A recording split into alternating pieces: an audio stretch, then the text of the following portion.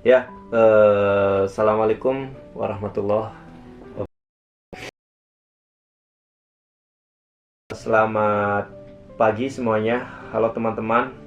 Di video kali ini gua pribadi, Priyuda Pratama dengan kakak gua yang bernama Mas Wahyudin. Coba perkenalan diri boleh. Ya, nama saya Wahyudin, saya asal dari Indramayu dan sekarang posisinya lagi kerja di Jepang ya. Ya, di video kali ini saya ingin coba berbagi sedikit pengalaman saya pribadi dan pengetahuan saya tentang bagaimana sih cara membuang sampah di Jepang. Ya, mungkin topik ini mungkin terlihat sangat sederhana ya Mas Walidin. Tapi So, mungkin punya peran penting dalam menjaga kebersihan lingkungan dan kualitas hidup itu menurut saya pribadi. Dan ya di sih. sini saya hanya berbagi berdasarkan apa yang saya lihat dan apa yang saya alami secara langsung di kehidupan saya di Jepang ini. Jadi bukan bermaksud untuk membandingkan atau menggurui. Oh ya, semoga dari video ini kita bisa sama-sama belajar dan mengambil hal positif yang bisa diterapkan dalam kehidupan sehari-hari. Ya, saya di sini berdua akan coba membahas bagaimana sih cara membuang sampah di Jepang. Oke, jadi mulai dari latar belakang sendiri ya. Mungkin secara umum kalian sudah tahu lah apa itu sampah ya. Jadi gua definisikan secara bersama ya. Sampah itu adalah sisa aktivitas manusia atau proses alam yang sudah tidak terpakai lagi ya. Nah, kalian juga mungkin sudah sangat tahu lah ya bahwasanya fluktuasi sampah itu terus meningkat seiring dengan pertumbuhan penduduk. Ya, walaupun kalian juga pasti tahu lah apa yang namanya populasi penduduk di Jepang ini memang menurun. Dan sampah sendiri itu dihasilkan dari berbagai macam faktor. Nah, saya pribadi akan menyimpulkan menjadi tiga faktor. Yang pertama itu dari rumah tangga. Ya, mungkin kalian tahu sampah rumah tangga itu seperti apa, kayak sampah bekas sisa makanan, sampah sisa masak dan lain sebagainya.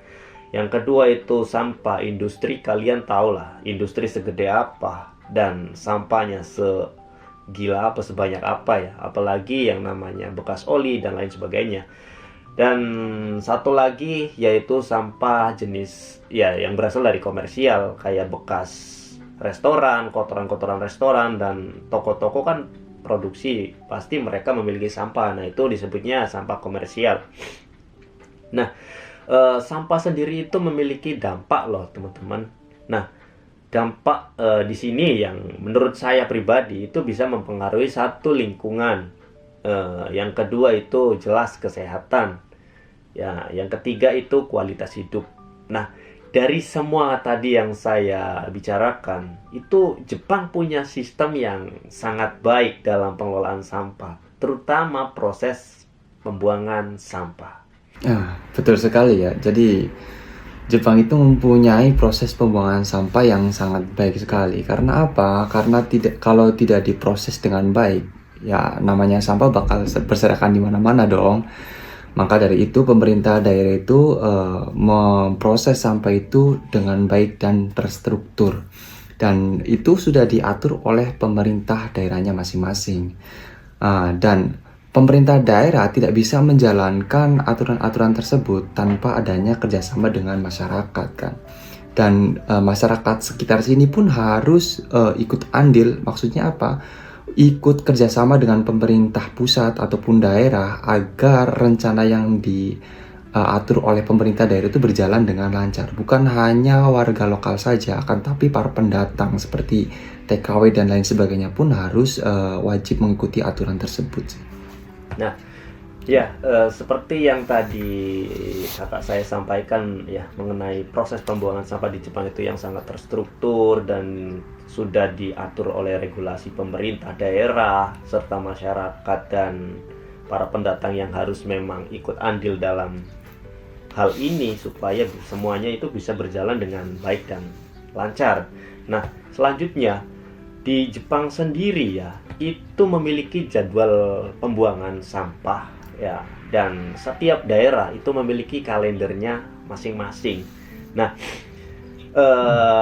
kalender di sini setiap daerah itu kayak contohnya daerah ini kalendernya A, daerah ini kalendernya B, itu pasti berbeda. Dan yang kedua yaitu setiap jenis atau setiap hari jenis sampah yang dibuang itu pasti berbeda.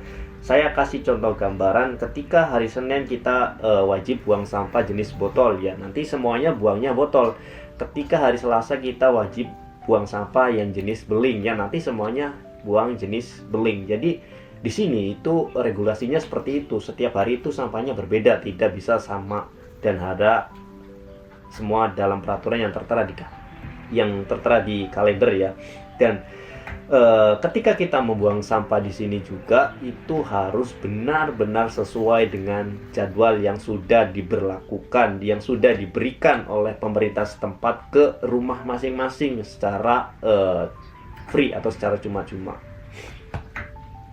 Nah, betul ya. Jadi di sini itu memang sudah terjadwal kayak pembuangan sampah terbakar ataupun non terbakar seperti beling atau segala macam ya. Dan jadwal tersebut bisa diminta di balai desa yang ada di Jepang. Jadi masyarakat itu kapan sih pembuangan sampah ini, tanggal berapa sih? Itu biasanya jadwalnya itu tersedia di daerah-daerah kayak di balai desa itu ya. Jadi kalau nggak tahu jadwalnya, kita bisa minta di kepala daerahnya masing-masing. Bagaimana sih cara membuang sampah di Jepang itu? Ya, sampah itu dibuang dengan menggunakan plastik-plastik yang sudah ditentukan oleh daerahnya masing-masing ya. Kalau daerah saya, plastik terbakar itu menggunakan plastik kuning, dan plastik yang non terbakar itu menggunakan plastik yang warna biru. Dan plastik seperti kaca ataupun pisau ataupun benda-benda tajam lainnya, itu elektronik dan lain sebagainya, itu menggunakan plastik warna merah. Jadi di sini tuh sampahnya itu terpisah-pisah ya.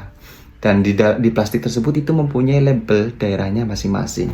Dan membuang sampah itu tidak sembarangan membuang sampah seperti di pinggir jalan asal buang gitu kan, di samping solokan asal buang, itu enggak ya. Karena di sini itu mempunyai titik-titik pembuangan sampahnya sendiri. Sumpahnya daerah blok ini titik sampah pembuangannya itu di sini, daerah ini titik sampah pembuangannya itu di sini. Supaya apa? Supaya terkondisi dengan baik gitu. Dan satu lagi, jangan lupa ketika kita mau membuang sampah itu harus pastikan jadwal dan tanggalnya itu sesuai ya. Kayak pembuangan sampah terbakar itu jadwal pembuangannya tanggal sekian, dan itu tidak boleh ketika tanggal itu pembuangan sampah terbakar kamu membuangnya malah bukan sampah terbakar gitu loh, sampah plastik atau segala macam. Itu tidak boleh, itu akan membuat sampahnya tidak diambil oleh petugas. Oke.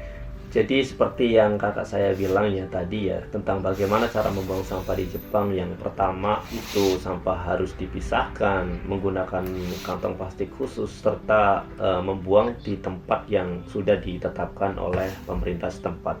Nah, selanjutnya yaitu saya pribadi akan coba menjelaskan jenis-jenis sampah yang sudah ditetapkan di sini ya. Kalau dalam bahasa Jepang mungkin di sini terbagi menjadi beberapa ya. Ada yang namanya sampah moeru gomi atau sampah yang mudah dibakar, atau dalam bahasa Inggris itu burnable. Nah, nanti ada lagi yang namanya non burnable atau dalam bahasa Jepang itu moenae gomi. Itu semua di sini dipisah, benar-benar dipisah, dan harus dipisah. Ketika membuang dipisah, harinya dipisah, nggak sama, plastiknya beda, semuanya dipisah. Ada lagi jenis sampah, jenis botol, jenis kaleng, dan serta sampah khusus yaitu sampah besar. Kayak contohnya buang kasur. Kalau di kita kalian tahu buang kasur kemana arahnya, ada yang dibakar, ada yang di sungai dan lain sebagainya. Kalau di sini nggak boleh, ada tempatnya khusus. Kayak buang lemari, buang TV, buang motor, yang mungkin di Indonesia juga ada, mungkin bisa dijual atau dan lain sebagainya. Tapi kalau di sini itu seperti ini, ada tempatnya khusus seperti itu. Ya, betul ya. Jadi kalau asal buang itu mungkin ya bakal sama dengan negara-negara yang pengaturan pembuangan sampahnya tidak baik ya, jadi akan tercemai ke sungai atau segala macam. Dan begitupun di sini itu harus sesuai dengan peraturan daerah. Jadi kalau tidak sesuai dengan peraturan daerah, yaitu termasuk pelanggaran ya. Di sini itu tidak boleh mencampur jenis sampah seperti sampah beling dicampur dengan sampah botol plastik, itu nggak boleh. Dan ketika hal itu terjadi terus dibuang begitu saja di tempat yang sudah ditentukan semuanya, walaupun itu sudah dibuang di tempat yang sudah ditentukan, karena sampahnya itu tercampur, itu yang mengakibatkan sampahnya itu tidak diambil oleh petugas. Supaya apa? Supaya yang membuang sampah tersebut sadar bahwasanya sampah yang dibuang itu salah gitu loh. Yang seharusnya sampah beling itu sendiri, sampah plastik sendiri, sampah yang terbakar itu sendiri-sendiri, begitu. Nah, seperti yang tadi kakak saya sampaikan ya. Nah, selanjutnya yaitu saya sendiri akan coba menjelaskan tentang kantong plastik atau kantong saat membuang sampah di Jepang itu seperti apa sih. Jadi di sini itu yang namanya kantong plastik saat membuang sampah itu setiap daerah itu memiliki kantongnya masing-masing.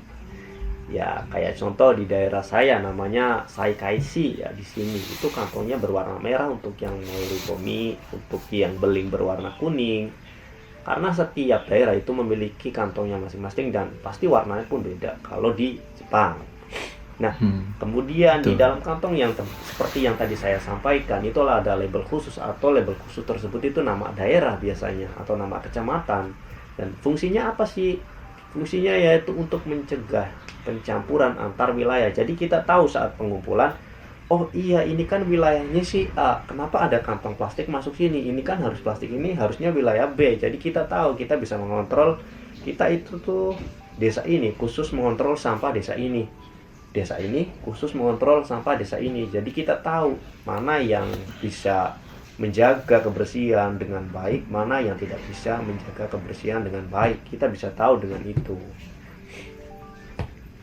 Betul ya. Jadi ya seperti itulah aturan-aturan pemerintah di negara maju itu bisa berjalan, itu ya seperti apa yang saya sampaikan tadi, itu tidak akan bisa berjalan tanpa adanya kerjasama sama masyarakat kan.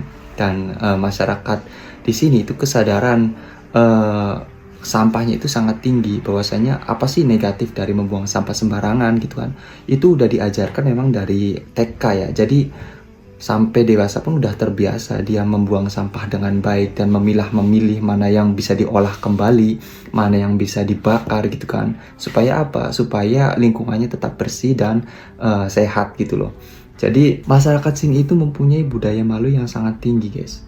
Jadi ketika dia membuang sampah dan sampahnya itu salah dan tidak diambil oleh petugas, dia bukannya membiarkan sampah itu tergeletak begitu saja, tapi dia ambil kembali, dia sortir kembali di rumah. Apa sih yang salah? Oh ini ternyata beling dimasukkan ke sampah botol plastik gitu kan, itu salah. Oh jadi mereka pisah-pisah kembali, terus dia buang kembali ke tempat yang sudah ditentukan sesuai jadwal gitu loh. Akhirnya apa? Sampahnya bisa diangkut gitu. Mungkin ini bukan hanya di negara Jepang saja, negara-negara maju pun mungkin seperti itu ya. Dan ya, udah cukup lah. Nah, mungkin tadi sudah disampaikan juga ya, memang dari segi kesadaran masyarakat kalau di Jepang pribadi ya, memang di sini itu tingkat kesadaran masyarakatnya sangat tinggi dan ya saya respect juga sih. Kemudian selanjutnya yaitu mengenai sanksi ya. Nah, di Jepang sendiri itu sanksi dibagi menjadi 3 guys. Jadi yang pertama, ketika kita melakukan salah satu kesalahan saat membuang sampah, contoh kita harusnya hari Selasa buang sampah botol dan ternyata kita salah nih, gara-gara nggak lihat kalender, ternyata kita salah nih, harusnya sampah botol malah kita buang sampah beling. Nah, kita itu biasanya dapat teguran secara langsung. Untuk dalam konteks ini kita masih teguran itu masih oke lah, masih kita terima. Nanti minggu depan kita perbaiki. Nah, kalau sudah ditegur tapi kita tidak ada perubahan, biasanya yang kedua itu sampah tidak akan diambil, melainkan nanti sampah tetap dibuang, sampah tidak diambil, tapi akan dikasih kertas berwarna gitu, dan ada keterangannya bahwasanya sampah ini salahnya di ini loh, kalian harus benari kalian harus benahi, kalian harus ya A B C, biasanya dijelaskan di situ. Kalian harus ikuti aturan gitu. Nah, kemudian yang paling berat di sini ketika kalian membuang sampah tidak sesuai dengan aturan yang sudah ditetapkan oleh pemerintah setempat, itu akan dikenakan denda, dan denda ini tergantung dengan wilayahnya masing-masing, dengan daerah. Karena denda sendiri itu setiap daerah pasti memiliki nominalnya masing-masing. Misal daerah ini sekian, daerah ini sekian, pasti beda. Itu sanksi untuk di Jepang. Betul ya. Kesimpulannya itu ya, sistem pembuangan sampah di Jepang itu memang sangat teratur ya, terstruktur dengan baik, dan peraturan itu bisa berjalan karena kesadaran masyarakatnya yang sangat tinggi. Dan kenapa sih itu bisa berjalan? Ya karena adanya konsisten dan tingkat kesadaran masyarakat yang tinggi, dan disiplin. Jadi kekonsistenan ini yang perlu kita pertahankan. Jadi kalau memang salah kita tegur gitu kan, sampai akhirnya terbiasa dan berjalan dengan semestinya begitu loh. Dan hal ini juga mungkin sudah dijalankan oleh beberapa negara ya, seperti Korea, Jerman, dan Singapura. Mungkin pengelolaan sampahnya sudah sangat baik ya. Mungkin negara-negara yang berkembang seperti Indonesia mungkin bisa untuk mencontoh negara-negara maju tersebut gitu. Ya, mungkin itu saja ya yang bisa kita berdua sampaikan. Semoga video ini bisa bermanfaat dan bisa banyak jadi inspirasi buat kita semua dalam melihat bagaimana sih pengelolaan sampah yang baik gitu. Dan mungkin apa yang saya sampaikan di sini itu murni hanya pengalaman saya pribadi, murni hanya pengalaman kakak saya pribadi, dan pengetahuan saya pribadi selama di Jepang selama beberapa tahun ini, dan bukan bermaksud untuk menyuruh ataupun menggurui. Dan ya mungkin setiap negara dan setiap daerah mungkin punya kondisinya masing-masing dan tantangannya masing-masing ya, semua tidak bisa disamakan pasti itu. Tapi kalau ada kalau ada hal-hal baik yang bisa kita ambil ya, kenapa kita tidak bisa ambil gitu, maksudnya kenapa kita tidak coba terapkan. Ya walaupun pelan-pelan dalam kehidupan sehari-hari gitu ya, mungkin kalau kita bisa ambil hal-hal positif ini kan kita bisa merubah sesuatu dari yang kecil bisa jadi besar. Why not kan? Betul sekali. Ya, mungkin itu saja yang bisa saya sampaikan bersama kakak saya sampaikan. Mungkin ada lagi yang mau disampaikan oleh kakak saya. Ya, sebenarnya perubahan itu bisa dicapai melalui diri kita pribadi sih, mulai dari rumah-rumah. Coba kita jangan berharap besar dulu, tapi coba aja rubah dari rumah. Sampah mana yang bisa dibakar, sampah mana yang bisa, kalau kita bisa diolah kembali gitu lah. Ya mungkin dari rumah sih. Itu mungkin perubahan besar itu bisa dicapai melalui langkah-langkah kecil yang kita lakukan gitu. Ya, benar sekali. Secara konsisten.